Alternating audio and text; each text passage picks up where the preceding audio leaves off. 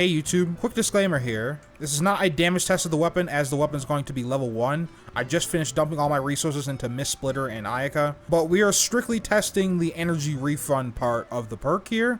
I do have enough billets to make this weapon R5, so if you want to see that at a later date, comment that down below. We're also going to test this weapon on various different sword characters, like Traveler, like Jean, like Bennett, and even Xingqiu. And the reason why it could work on Xingqiu is because the perk lasts 30 seconds, which is just long enough for Xingqiu to be actually able to get some benefit out of this. You know, typically Xingqiu wants like Sacrificial Sword for his support build, but for his sub DPS and his main DPS builds, he wants attack percent weapons, and his best in slot weapon is the Lion's Roar for him, for damage wise. So this could come as a neat little middle ground for him, where it not only gives him the attack percent that he needs, it also makes his ult cheaper. Now I know a lot of YouTubers right now are talking about this weapon and saying how good or bad it is without actually building it, and that's why I decided to take it upon myself to build this weapon, because for all you guys know, the perk could be mistranslated and we really don't want another Archaic Petra incident. Now the way you know you have stacks with this weapon is that when you use your E, you'll see a little black orb, and the stacks on this weapon max out at 3 times. And again, since the perk lasts 30 seconds, like every sword character can use this. So let's test this out on our training dummy here to see how much energy we get back, starting with Ayaka. Alright, so now we have all 3 stacks. I'm gonna cast my ultimate. And as you can see, I got energy back, and that's like a decent chunk already. Ayaka doesn't really have energy problems despite her having an 80 energy cost, and if we cast another E again, that's like almost half of our ultimate, so that's pretty good for Ayaka, I'd say. Now the next character I want to try this weapon out on is Jean, because Jean has like energy recharge issues a little bit, and she typically wants like a battery like Venti or Sucrose, but since her healing scales off of attack, she'll lose like a decent chunk of healing going for an energy recharge weapon like say Sack Sword. So that since this is a nice middle ground, I think this could work really well for Jean. Also, Jean also has a talent here that regenerates a portion of her Dandelion Breeze energy, basically, and this is an 80 energy ultimate, right? So 20% of that is going to be what, 16 energy, and then we're getting another 18 from the sword itself. That reduces her ultimate by quite a considerable margin. All right, so let's go fight our training dummy again. Okay, so now that we have 3 stacks, we're gonna cast our ultimate.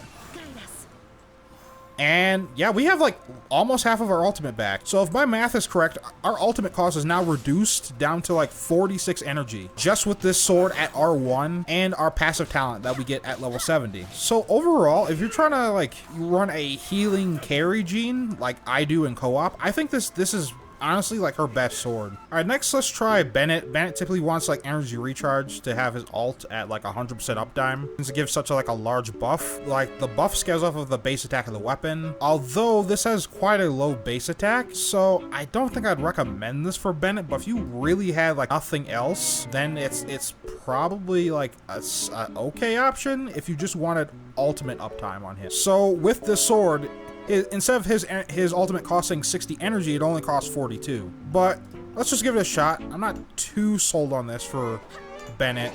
Let's grab our sparring partner again.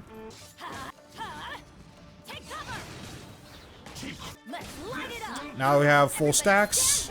We get that energy back, and now we have effectively a 42 cost ultimate. So while the ult reduction is nice for Bennett, I don't know if I'd recommend it because it has such a low base attack. And that's all he really cares about for his buff other than energy recharge. And Festering Desire has both of those things. So it's gonna be hard to recommend this over Festering Desire if you have it.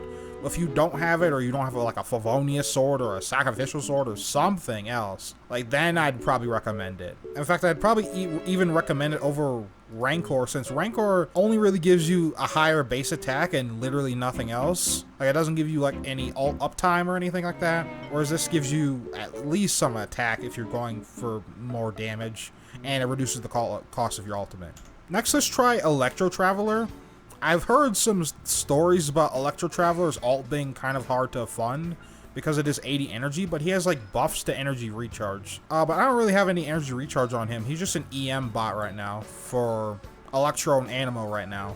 But since it's reduced the cost of his ult, would be pretty solid, but he doesn't really care about attack percent if he's running like Electro or Animo, for example. If he's running Geo, then he'd probably care about the attack percent stat, but like, Geo generates a ton of particles, and so does Anemo. So like, I don't think you'd honestly ever really want to use this on Traveler like at all. Maybe an upcoming like Hydro Traveler would probably want this, but I don't think so for Electric. Let's heal up our Traveler and let's get started. So I have my ult now, and I got that energy back, but it doesn't look like the perk of the weapon is affected by energy recharge or energy recharge increase from Electro Traveler. But I already have like half my ult back, so overall it's pretty meh on Traveler, so I don't know if I could recommend this on him. Now let's talk about Xingqiu, which is probably the character I'm the most skeptical like putting this weapon on, since he has like a 20-second cooldown on his E, which is super high, and he doesn't really have a way to reduce that outside of Sacrificial Sword or the Thundering Fury set. Which is honestly, like, that's pretty bad considering that it means it's gonna take you like a full minute to build up max stacks for this weapon, which is atrocious for a rotation. But I'm not entirely sold on this for Xingqiu. Alright, so now I have 3 stacks on cast my ultimate, and I get that energy back. But I have to wait like another some odd seconds for me to get my E again. So let's see how much energy I get after my E.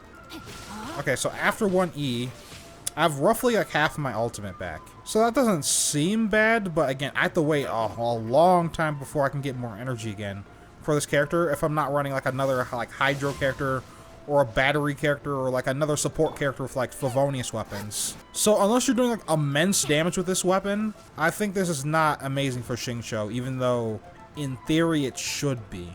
So overall, if you're going for damage, Festering Desire and Lion's Roar is probably better anyways. And even though the reduction in your ult is nice, it doesn't give you like, it doesn't make up for that fact with like more energy recharge. So if you're running him as like a DPS or something, you're gonna have to run like an energy recharge Sans. And even then, if you're running him as a support, you're already doing that with Sacrificial Sword. So why would you really want this? I don't know. And I guess the last sword character that I haven't talked about is Kaeya. Now obviously this should work for Kaeya, as his E cooldown is very short, so he can always get the 3 stacks very easily, and the attack percent is just a good stat for him. But like, he has an energy recharge ascension stat, and he gets additional particles when he hits level 70 when an enemy is frozen by his E. So it's not really like Kaeya had energy issues like at all, but I feel like this would be nice anyways because it also gives you attack percent, right? Which means that you get increased damage on top of the ult reduction. Cool it. Dodge this. Cool it. Alright, we're gonna cast our ult. So sorry. Right, and then we cast our E again, and we have roughly half our ult back. So not quite 100% uptime on his ult, because his ult doesn't have that much duration until he gets like C2, but he's not like losing out on anything. My Kai has like no artifacts on him right now, so if he had like a little more energy recharge, he could get his ult up relatively quickly anyways. So overall, I feel like this weapon would be pretty solid for Freeze Kaeya, but not so much for Melt Kaeya. I think Iron Sting would definitely be the better craftable for Melt Kaeya, since it gives you that elemental mastery, which like increases the multiplier of your melt, and also gives you damage percent. Now the damage percent doesn't apply to reactions, but since melt and like vaporize reactions increase your damage basically, that means this perk does indeed work on melt and vaporize, so you can actually get affected by this damage percent. So overall, the characters I'd probably recommend this weapon on are Ayaka, because it's just solid and the perk is just good for her overall. Like, there's really no downsides to having it, as well as Jean, and lastly Freeze Kaeya. Xingqiu, just, it takes way too long for him to get max stacks, so I don't think it'd be worth it for him under any circumstance. And even if he's going for more damage, Festering Desire does more damage, Lion's Roar does more damage, and I'm pretty sure Iron Sting would do more damage too. The same thing for Bennett, because DPS Bennett, Iron Sting is the better weapon for him. The EM main stat is surprisingly good for melt and vaporize reactions, and because he's just the best pyro battery in the game, why the hell would he need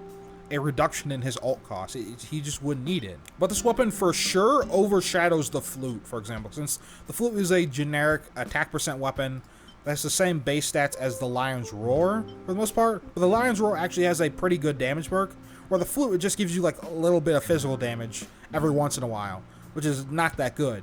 And even then, you might only really see it on a physical gene, but there are better weapons for physical gene, like Prototype Rancor, Aquila Favonia, and so on and so forth. So I think this is definitely like a must pick up if you are using the flute on any of your sword characters right now, because it's definitely better than that weapon. All the other ones I'm not so sure on. But anyway guys, I want to thank you guys for watching. Hope you guys enjoyed, and I'll catch you guys next time. Peace.